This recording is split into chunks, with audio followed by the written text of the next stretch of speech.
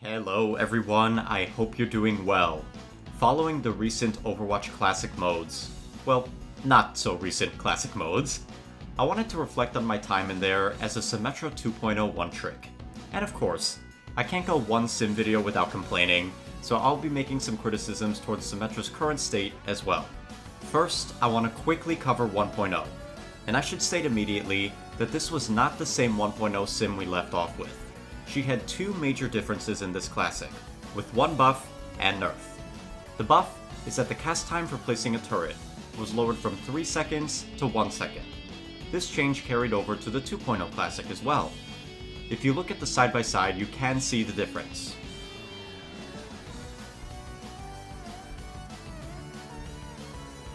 The nerf was to the already underpowered Photon shields.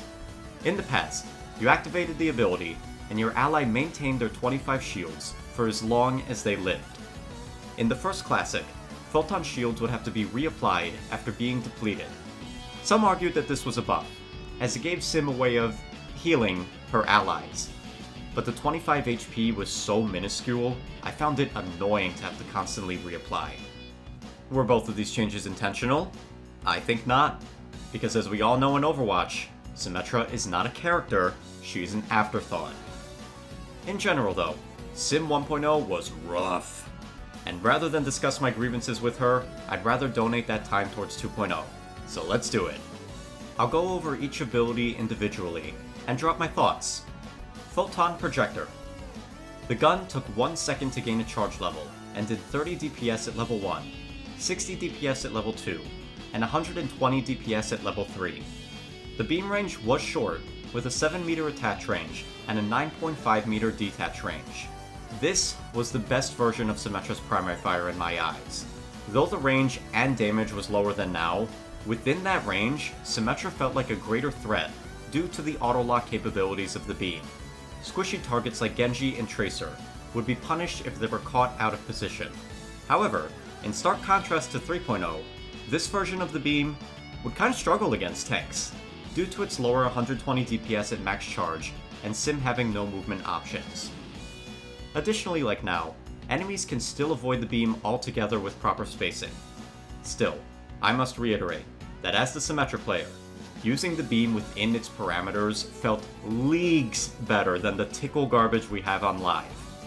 As you're aware from my Sim 3.0 videos, my aim is not the best, and as a result, I'm not a fan of the discount Zarya beam. It felt really good to not have to stress about that when playing Sim 2.0 again. I know, that's a big sin in the Overwatch community, but that was one aspect of Symmetra that drew me in back in 2016, and I had a blast playing with it again.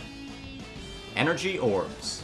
I know now they refer to this attack as Photon Projector Secondary Fire, but I swear at one point they were called Energy Orbs, and that just sounds cooler to me. Anyways, the Orbs. These were the big pain point of playing 2.0 again. The orbs did more damage than now, 125, and they pierced players and barriers, which sounds really cool on paper, and in practice it had some moments, but what holds these orbs back, and what holds back Symmetra 2.0 as a whole, is how damn slow they are. These orbs took 3 whole seconds to charge, and moved at what I believe to be 10 meters per second. Just to compare to live, Sim 3.5's orbs take 1 second to charge and move 50 meters per second. The 2.0 orbs took 3 times as long to charge and moved 80% slower.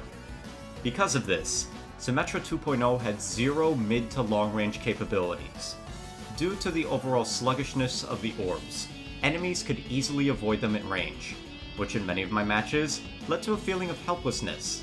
If enemies were smart and playing outside of your beam range, you couldn't do anything to them. This is one of the few instances where I prefer the current version of Symmetra over her predecessor. The speedy orbs were her most notable change going into Overwatch 2, and it was really hard to go back. Sentry turrets. This version of the turrets allowed Sim to have 6 out at once. Each turret did the same 30 damage per second, but slowed enemies by 25%. The turrets only had 1 HP and had to be placed manually on a surface. As mentioned with 1.0, the turret cast time was reduced to just 1 second, and I think the self-slow was also removed. I didn't realize how much I missed this version of the turrets. Just the fact that Sim had 6 of these made for amazing map coverage. A single turret felt like a threat due to its higher slowing potential, and stacking turrets together for a car wash was beyond deadly. And with the faster cast time, I actually found myself pulling off a 3.0 strat of quickly plopping a turret down mid-fight for some extra DPS. Surprisingly, I found myself appreciating the old method of placing turrets. With the manual method, you were able to squeeze turrets in some really unique spots, a feat impossible now due to the stickiness of the flying turrets.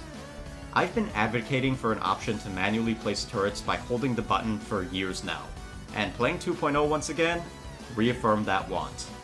What's very baffling is Symmetra has a hero-specific option called Hold to Place Turrets, but all it does is let you throw turrets back to back by holding the button, which is kinda pointless in my eyes.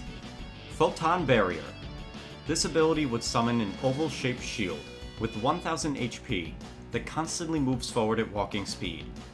Many are still critical of this ability, stating that it's useless, but I wholeheartedly disagree. I must say, this thing saved my ass way more than the teleporter ever has. Being able to quickly block ultimates and key abilities instilled pure adrenaline in my classic matches. All the Doomfist Meteor Strike blocks was food for the soul. Simply clicking the ability to block felt much better than scrambling to find a valid teleporter location, then waiting a second for that build time. I've been wanting the Photon Barrier back as a third ability for Symmetra since the 3.0 rework. Playing with it again reaffirmed that belief. Last, the ultimates. First, the teleporter, which I barely used, so I won't comment much. Upon activation, Symmetra would place the teleporter exit at her location. The entrance would then be automatically placed in spawn.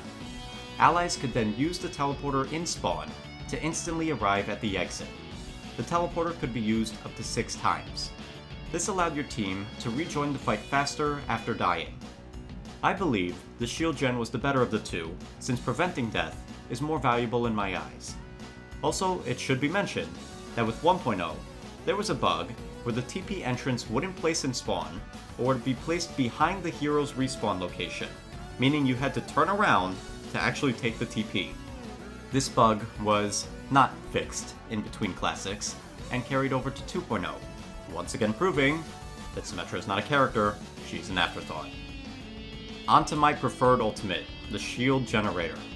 Upon placing it, the Shield Generator would grant Symmetra and her allies 75 shield HP within a 50 unit radius.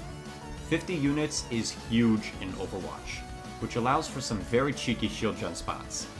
It was so fun trying to remember the optimal spots to place the shield gen so that it's out of sight and out of mind. I found that many enemies did not go after my shield gens. One reason for that is because in this classic, voice lines alerting your team of an enemy shield generator were gone. Again, Symmetra is not a character, she's an afterthought. Though this one worked out in our favor. With the shield gen up, Symmetra would have 275 HP, 75 more than standard HP heroes. This would make her much more durable in the front line, and actually enabled her to get in close and use her B. Upon looking back, I actually think the shield gen was one of the strongest ultimates in this game. Being able to give the entire team 75 permanent bonus HP has so many use cases. Bolstering your supports on defense, enabling your divers to get away with more, or just boosting your tanks so they could take more abuse. The act of leaving the teamfight to place the ultimate is still something I'm not too fond of, but it wasn't a major pain point for me when playing 2.0 again. Overall, playing with Sim 2.0 again was the most fun I've had with Overwatch in a very long time. With the release of her 3.0 rework, the Symmetra community was split in two, with one side wanting a revert to 2.0, and the other in favor of 3.0. Many 3.0 supporters would dismiss criticism from 2.0 players, stating that it's just nostalgia, and you're looking at her through rose-tinted glasses. After playing Sim 2.0 again, my beliefs were in fact reinforced. This was the most fun version of Symmetra, and if she had just received a few quality of life buffs, she would have maybe been a decent pick. The accidental buff to the turret's deploy time proves that for me. On top of that, if Sim 2.0 had a faster secondary fire and, hell, maybe throwable turrets too, she would have been a viable character, possibly. Instead, she went over a year without a single balance change, and then the 3.0 rework was shoved upon us. To this day, how many years has it been? 2018? 6 years later. And the fact that Sim 2.0 went without a single balance change irritates me to no end. One aspect I really appreciated about playing Sim 2.0 again was that she had a defined purpose, that being zone control. Through her 6 turrets, her auto-lock beam, and photon barrier, really through her whole kit. If Sim locked down an area, it would take some coordination and smart plays to break that hold. With 3.0, I'm fully convinced the devs have no idea what they want Sim to be, even after all these years. She's being pulled in so many directions trying to be a generalist that she ends up sucking at everything. You're a tank buster, but not really, because you don't have the defenses to stay in the front line very long, and no, the bonus 25 HP over other heroes doesn't help. You're a poke character, but not really, since many other heroes have better range DPS. You're a zone control character, but not really, since they've gutted the turrets so much. The only defining aspect of Sim 3.0 is being a taxi service for your team, which of course has its moments, but they are far and few between. Oftentimes, teams don't have the coordination to follow up on TPs, leaving Sim to be killed. Also, in the highest level of play, Symmetra is still often used to TP heroes out of spawn, and is then swapped out for a better damage hero. If a character's power moment is being used for 5 seconds at the start of the round and then never being seen again, then I think the Blizzard team has failed horribly with their design of Symmetra 3.0. All of this, mind you, and the character is still hated by a vocal majority of the community. Many want Symmetra to be reworked once again, with many Sim mains wanting her to return as a support. Anytime a healer rework idea for Symmetra is brought up, the 3.0 stands are quick to shut it down, oftentimes sourcing the content creator patch from 2022, where Symmetra had healing turrets. Poorly implemented healing turrets, to be correct. These healing turrets healed for a measly 20 HP per second, and had no logic to them. Oftentimes, they would stay attached to a full HP target, while the rest of your team would be low. Like with Sim 2.0 as a whole, with a few tweaks, I believe healing turrets could work. Yet, many players latched onto these half-assed healing turrets as their claim against moving Sim back to support. Meanwhile, Iyari's pylon had to be nerfed multiple times, because it was too oppressive. With the introduction of perks, I had a slight hope that Sim would get some returning features from 2.0, mainly the Photon barrier. Hanzo got scatter arrows back, Orisa got her old barrier back, Sigma got his release stun back, Mei recently got her OG freeze, and Symmetra got nothing! Say it with me now, Symmetra is not a character, she is an afterthought. While we're here though, let's talk about Sim's perks. Sentry Capacity grants you 1 additional charge of sentry turrets, for 4 total. This perk should be base kit, with how much they've neutered the turrets. Advanced Teleportation increases teleporters' range by 50%. This perk is actually pretty nice if you're coordinated with your team. Otherwise, it serves no purpose, making it niche. Shield Battery allows Symmetra to restore 20 shields per second when she's within a 10-meter radius of her teleporter. Someone saw that the healing turrets were mainly used on Symmetra herself and decided to make this perk. Of all her perks, this is my favorite, because it offers Symmetra a slight hint of self-sustain. But 20 heals per second is so low. And also, what a missed opportunity to bring back the shield gen as a perk. It would have been really cool if instead of just healing Sim herself, it allowed you and allies to gain shields by standing nearby the teleporter. Last is Perfect Alignment, which increases Photon Projector's range by 15% for each charge level. At level 2, the beam range is up to 13.8 meters, and at level 3, it's up to about 15.8 meters. This perk sucks. It doesn't address the problem that the beam range is too short, because the bonus range is only applied once you level up, meaning you still have to engage in a 12-meter range to begin with. All this perk does is help sim players in a situation where they were already doing well. If you can consistently get value from the beam, then either your team is babysitting you, or the enemy tank is letting you get away with it. This perk does nothing if you're already struggling to go from level 1 to 2. Never forget that the Overwatch balancing team thought a 16-meter beam was worthy of an April Fool's patch.